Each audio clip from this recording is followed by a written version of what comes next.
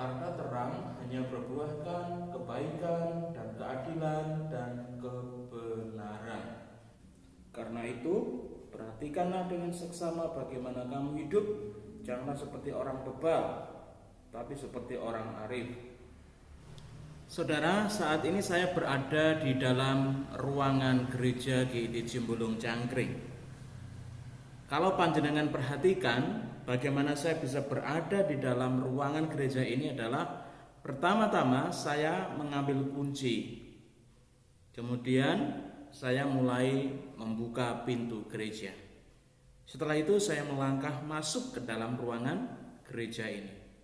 Ketika saya berada di dalam ruangan gereja ini, saudara, saya bisa melakukan apapun yang saya kehendaki. Saya bisa memuji Tuhan, saya bisa membaca firman Tuhan, saya bisa main musik. Seperti itu. Jadi ketika saya sudah di dalam gereja ini, saya bisa melakukan apapun. Nah, saudaraku dikasih Tuhan, iblis datang juga masuk melalui pintu. Kehadiran atau kedatangan setan adalah untuk merusak, menghancurkan, membinasakan, mencuri. Itu yang akan dilakukan oleh si jahat ketika dia sudah masuk ke dalam hati manusia, sudah masuk ke dalam gereja Tuhan. Saudara yang dikasihi Tuhan,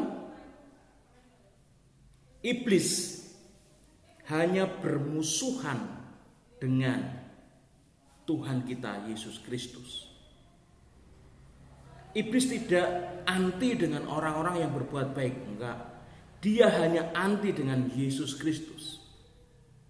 Dan setiap kita orang percaya yang menyatakan diri sebagai orang yang mau menjadi pengikut Kristus, merekalah yang akan menjadi sasaran si jahat.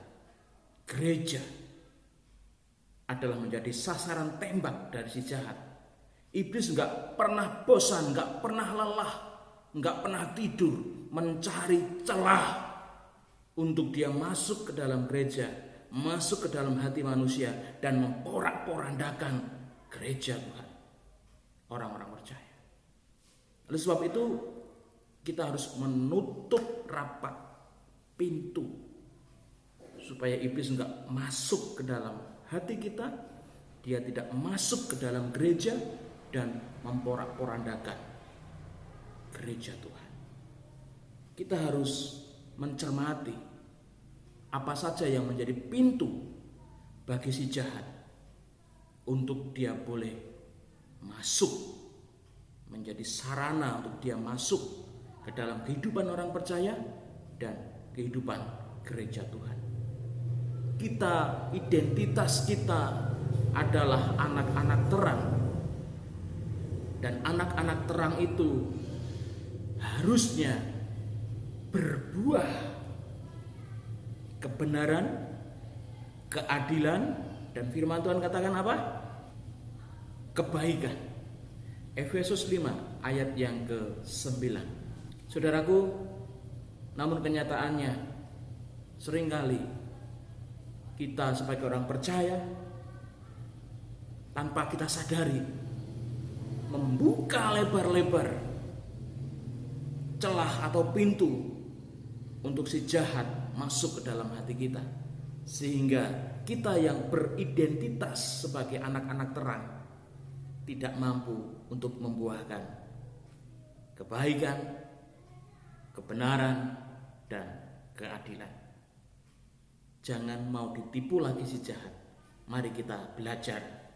Kita mau menutup semua pintu-pintu yang berpotensi bagi si jahat masuk dan merusak hidup orang percaya, merusak gereja Tuhan. Saudaraku, firman Tuhan mengingatkan saya dan panjenengan semua supaya kita benar-benar dapat menutup segala celah atau pintu untuk si jahat atau iblis itu masuk dalam hidup saya dan saudara. Perhatikanlah Efesus 5 ayat yang ke-15. Karena itu perhatikanlah dengan seksama. Perhatikanlah dengan seksama. Waspadalah bagaimana kamu hidup Janganlah seperti orang bebal, tetapi seperti orang arif. Saudaraku, perhatikanlah, waspadalah bagaimana cara hidup saya dan saudara. Kata perhatikanlah atau waspadalah ini bisa saya gambarkan seperti seseorang yang sedang memarkirkan mobil, saudara. Jadi ketika orang itu mau memparkirkan mobilnya, maka dia harus memperhatikan dengan sungguh-sungguh apakah samping kanan dan kiri ini muat untuk mobil itu masuk, apakah di belakang itu tidak ada halangan sehingga ketika dia mundur tidak menghantam sesuatu yang di belakang sana yang bisa mengakibatkan mobilnya menjadi lecet dan desok. Seperti itulah firman Tuhan katakan, perhatikanlah hidupmu dengan seksama. Artinya kita diminta untuk benar-benar waspada, memperhatikan dengan sungguh-sungguh sekitar kita, apakah itu baik atau tidak, sehingga ketika kita waspada atau memperhatikan hidup kita itu, amanlah hidup saya dan saudara. Saudara dikasih Tuhan, oleh sebab itu kita harus mempelajari ini dengan sungguh-sungguh. Firman Tuhan juga ingatkan kita, jangan seperti orang bebal. Apa artinya bebal? Bebal itu ora ngerti dikandani, ora gelem ngerti, gitu loh saudara. Dia tidak tahu tapi tidak mau diberitahu, ngeyel, keminter, kementus, gumunggung, pokoknya mentus semua itu. Keluar semua kalimat-kalimat itu. Jadi kalau kita tidak tahu ya harusnya mau merendahkan hati untuk mau diberi tahu. Nah inilah orang bebal. Orang bebal itu ora kena dikandani, padahal orang ngerti gitu loh. Saudara dikasih Tuhan, ini salah satu pintu yang bisa dipakai untuk si jahat masuk dalam hidup kita. Mergo bebal atau ora kena dikandani, rumangsa bener, rumangsa paling pinter, rumangsa paling hebat, wis pokoknya serumangsa. Itu bahaya. Rumangsa paling nih loh saudara. Rumangsa paling pinter, rumangsa paling bener, rumangsa paling hebat, rumangsa paling ngerti. Wah ini. Ada unen-unen Jawa mengatakan bisa rumangsa, ojo rumangsa bisa.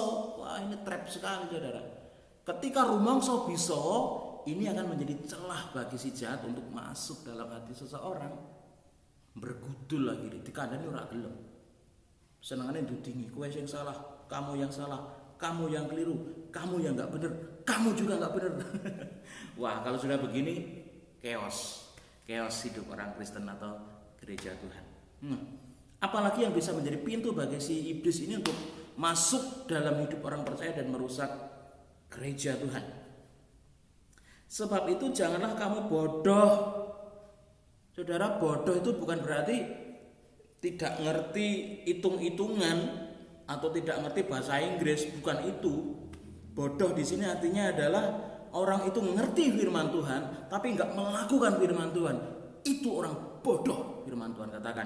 Efesus 5 ayat yang ke-17, saudara. Kebodohan atau ngerti tapi nggak mau melakukan, ini orang bodoh. Ngerti firman Tuhan tapi pura-pura nggak tahu. Ini orang bodoh. Jadi kalau kamu ngerti firman Tuhan, lakukan itu. Satu-satu saudara. Step by step. Hidupi. Ada yang namanya itu agama laku. Ya, kalau kita ngerti firman Tuhan, lakoni. Inilah agama laku. Mengubah hidup saya dan saudara, karena firman Tuhan itu berkuasa loh saudara. Ketika kita nggak mau melakukan firman Tuhan, padahal kita ngerti firman Tuhan, itulah kebodohan kita orang percaya. Dan itu pintu yang bisa menjadi celah bagi si jahat masuk. Contoh realnya apa ya? Mengampuni lah, mengampuni. Kita tahu mengampuni itu yang dirindukan Tuhan. Tapi kita mengeraskan hati terus, gak mau mengampuni sahabat-sahabat kita yang pernah melukai hati kita. Kita simpan terus luka itu sampai membusuk punya hati ini. Baunya gak enak. Sudah dikasih Tuhan, ingat kita adalah anak-anak terang. Kita harus membuahkan yang namanya kebaikan, kebenaran, dan keadilan. 3 buah ini harus muncul dalam hidup saya dan saudara. Cobaannya memang banyak saudara. Wong buah mangga saja itu kalau nggak dirawat dengan sungguh-sungguh nggak berbuah. Kalah karo uler, kalah karo tawon, rontok semua bisa-bisa. Harus disemprot, harus dipupuk. Itu baru mangga. Apalagi buah rohani saudara. Kita memang anak-anak terang. Tapi apakah hidup kita sudah memunculkan 3 buah ini, kebaikan, kebenaran, dan keadilan ini? Nah mungkin butuh disemprot kita. Butuh disiram kita. Dengan apa? Firman Tuhan dong. Diingatkan terus. Supaya apa? Kita enggak busuk. Hidup kita menjadi berkat. Nah, mari kita perhatikan lagi. Pintu apa yang berpotensi membuat si jahat bisa masuk dalam hidup orang percaya? Dan janganlah kamu mabuk oleh anggur, karena anggur menimbulkan hawa nafsu, tetapi hendaklah kamu penuh dengan roh. Saudara, kedagingan. Ini pintu yang ketiga, saudara. Atau pintu yang keberapa tadi? Kedagingan itu paling lebar sekali iblis bisa masuk dalam hidup orang percaya. Saudaraku, firman Tuhan katakan apa yang termasuk dengan apa? Yang termasuk hidup dalam kedagingan itu apa? Di sini dikatakan hidup cemar, saudaraku. Hidup cemar. Apalagi? Kemudian perkataan yang kosong, perkataan yang kotor, hidup sembrono, hidup yang tidak pantas, kenajisan, serakah, penyembah berhala. Ini adalah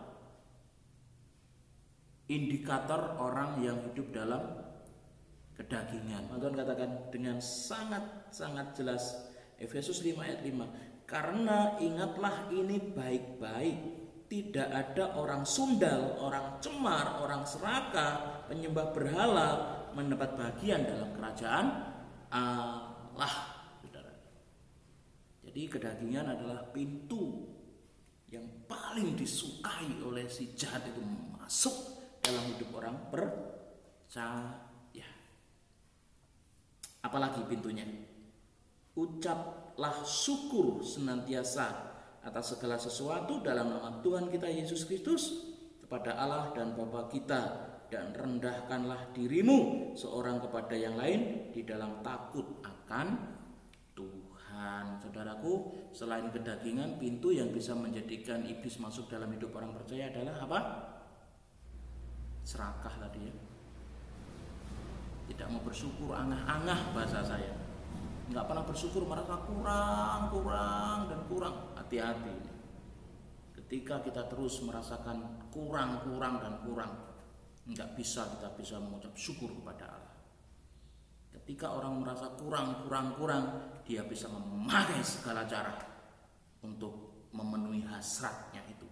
Padahal hasrat manusia tentang materi mungkin ya, atau tentang apa, enggak pernah bisa terpuaskan, saudara. Prinsip ekonomi itu semakin besar penghasilan, semakin besar pula pengeluaran. Kalau nggak diimbangi dengan ucapan syukur, the end, selesai. Saudara dikasih Tuhan. Selain angah-angah atau serakah, apa yang bisa menjadi pintu bagi iblis untuk masuk ke dalam hidup orang percaya, yaitu sombong, saudaraku. Ayat 21, dan rendahkanlah dirimu seorang kepada yang lain di dalam takut akan Tuhan. Rendahkanlah dirimu, saudara. Rendahkanlah dirimu. Artinya apa di sini? Jangan merasa paling tadi, paling pinter, paling hebat, paling benar, paling ngerti. Kalau sudah begini, saudara, ya sudah, nggak ada yang bisa ngandani nek belum dicunyuk Gusti Allah dhewe atine tidak akan mengalami perubahan dalam hidupnya. Ingat saudara, kita adalah anak-anak terang. Kita harus bisa menghasilkan yang namanya kebaikan, bukan keburukan. Kita harus bisa menghasilkan kebenaran, bukan kejahatan. Dan kita juga harus bisa membuahkan yang namanya keadilan. Kita harus adil. Dan aku, seorang mentor kami pernah berkata demikian. Hidup orang Kristen itu seperti carang pohon. Nah, carang pohon itu apakah rindang dan menghasilkan buah, atau carang pohon itu dihinggapi tawon, tawon yang gede-gede gitu rumahnya. Nah, coba analogi ini panjenengan perhatikan. Ketika carang dia punya daun yang sangat rindang dan dia menumbuhkan buah-buah yang enak untuk dimakan, carang itu atau dahan itu, maka yang datang ke dahan itu pasti banyak orang. Entah itu untuk hanya sekedar berteduh, entah itu hanya sekedar ingin duduk di bawah pohon itu, atau memang sengaja mau ambil buah-buah yang enak dimakan itu. Atau seperti carang yang ada omah tawonnya, saudara, di sini tawon das itu. Kira-kira saya dan jenengan, kalau saya analogikan seperti carang atau dahan itu, termasuk dahan yang menghasilkan buah dan memiliki daun yang lebat, atau dahan atau batang pohon carang yang ada omah tawonnya, saudara. Sehingga orang nggak berani datang ke situ. Nah, kalau kita, identitas kita adalah anak-anak terang, pasti dong, harusnya paling tidak hidup kita jadi berkat bagi orang lain. Orang nggak merasa takut dengan kita gitu. Orang nggak merasa enggan dengan kita. Orang nggak merasa sungkan dengan kita karena kita menakutkan gitu. Alisnya tebal, kumisnya tebal gitu. Menakutkan, enggak seperti itu, tapi karakternya. Apakah karakter kita benar-benar sudah seperti anak-anak terang yang membuahkan kebaikan, keadilan, kebenaran? Saudaraku, jadi mari saat ini kita merenung, apakah masih ada pintu yang terbuka yang bisa menjadi potensi iblis masuk dalam hidup saya dan saudara? Kalau masih ada, yuk belajar bersama-sama. Kita mau merendahkan diri di hadapan Tuhan dan minta pertolongan Tuhan, karena hanya Tuhan yang sanggup untuk menutup setiap pintu-pintu itu dengan rapat. Kita butuh Tuhan, saudara. Jangan sombong. Kita perlu Dia. Coba kita juga merenung saat ini. Sebagai anak-anak terang, apakah hidup kita sudah membuahkan kebaikan bagi orang-orang di sekitar kita, bagi keluarga kita, bagi anak-anak kita, anak istri kita, bagi keluarga kita, bagi tetangga kita bahkan. Ya kan? Atau masih belum? Yuk bersama-sama belajar. Firman Tuhan ini menegur saya dan panjenengan semua. Kita sama-sama belajar menjadi anak-anak Tuhan yang memiliki identitas adalah anak-anak terang ini, supaya hidup kita jadi berkat dan nama Yesus yang dipermuliakan. Jangan sampai nama Tuhan dihina orang, nama Tuhan dihujat orang gara-gara hidup saya dan panjenengan yang tidak menjadi kesaksian. Tuhan Yesus memberkati. Salam Uya Rowo.